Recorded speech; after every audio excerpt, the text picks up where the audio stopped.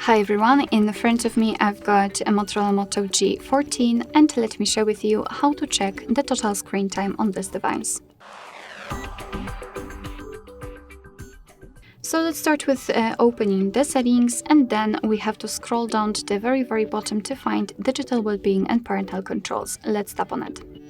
Here we've got the graph which will show us for how long we've been using this device. Today you can see that I've been using it for 11 minutes, and most of the time I've spent on the settings and the phone and other apps.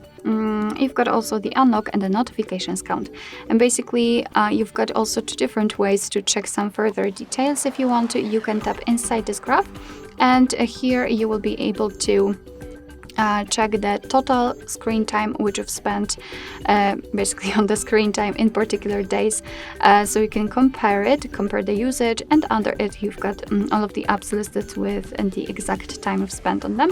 You can of course change the screen time to the notifications received and times opened, and the second way is to tap not inside but kind of outside the graph, so we can freely pick the app, for example the settings. So simply tap on it, and again we've got this dashboard, but this time it is tightly connected with the app.